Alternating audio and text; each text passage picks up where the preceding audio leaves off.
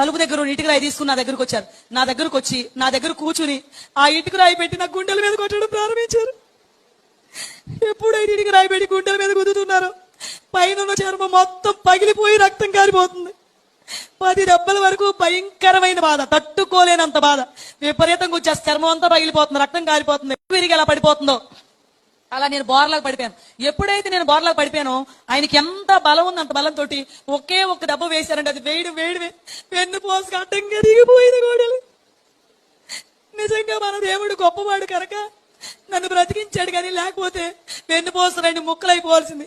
ఆ బాధను భరించలేక మళ్ళీ అరుస్తూనే వెల్లికిలా తిరిగిపోయాను. ఎప్పుడైతే వెల్లికిలా తిరిగానో ఛాతి దగ్గర నుంచి మోకాళ్ళ వరకు ఎక్కడ అవకాశం ఉంటే అక్కడ అదే గొడ్డలు పెట్టి నరిగేస్తున్నారు. ఇటు అరుగుతుంటే అటు తిరుగుతున్నాను, అటు అరుగుతుంటే ఇటు తిరుగుతున్నాను. అనుకోకుండా ఒక గొడ్డలు దెబ్బ వచ్చి కరెక్ట్ గా నా ఎడమ వైపున ఉన్న మోకాల్లో దిగిపోయిందండి గొడ్డలు.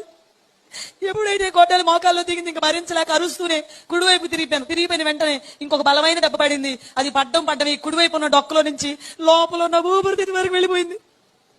ఎలా వెళ్ళిందో కానీ తిరిగి లాగుతుంటే గొడ్డలు రావట్లేదు, బట్టలు పట్టేసి. ఇప్పుడు నా పరిస్థితి ఎలా ఉందంటే మనం కోడిని గనక మెడగోసి ప్రక్కన వదిలేస్తే ఎలా తన్నుకుంటుంది అంతకంటే భయంకరంగా నేను తన్నుకోవడం ప్రారంభించాను. ముఖ్యంగా నాకు కళ్ళు కనపట్లేదు, కళ్ళ నిండా రక్తం పడిపోయింది. ఏం జరుగుతుందో నాకు తెలీదు, ఇల్లంతా అలా కొట్టుకుంటూనే ఉన్నాను.